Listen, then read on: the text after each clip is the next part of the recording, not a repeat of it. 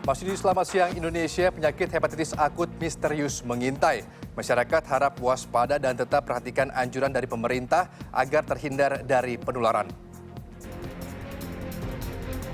Sejak kasus pertama terdeteksi pada 27 April 2022 lalu di Indonesia, 5 anak berusia di bawah 16 tahun dari berbagai daerah tercatat meninggal dunia akibat virus hepatitis akut misterius. Sedangkan berdasarkan data dari Kementerian Kesehatan Republik Indonesia, terdapat 4 anak yang terklasifikasi mengidap hepatitis akut misterius ini.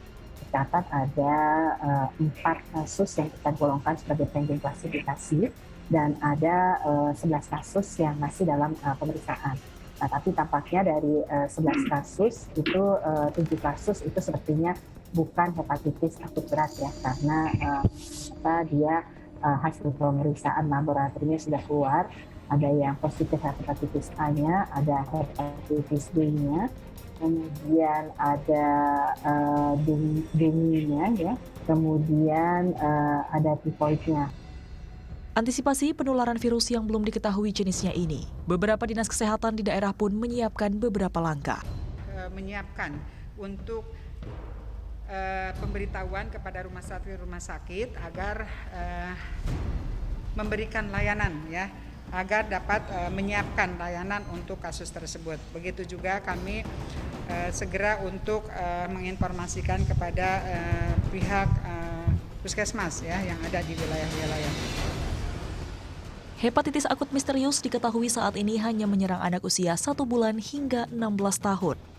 Namun ada kemungkinan bisa menginfeksi orang berusia dewasa. Penularannya seperti apa? Pertama, karena dia adalah virus hepatitis, maka penularannya paling banyak kita ketahui melalui makanan.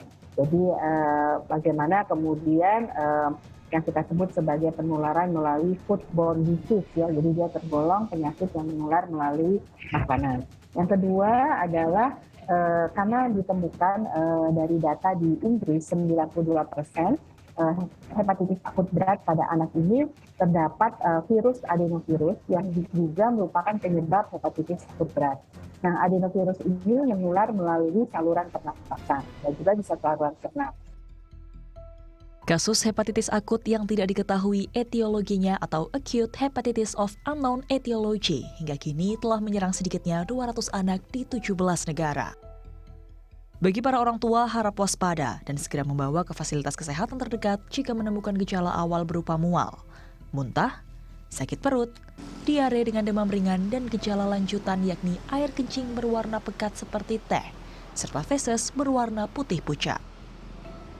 Dan untuk mencegah penularan, pemerintah mengimbau masyarakat agar menerapkan kebersihan diri, terutama pada anak-anak. Memastikan kebersihan makanan yang akan dimakan, serta pemberian vaksin hepatitis B bagi anak usia di bawah 1 tahun. Tim Liputan melaporkan untuk NET.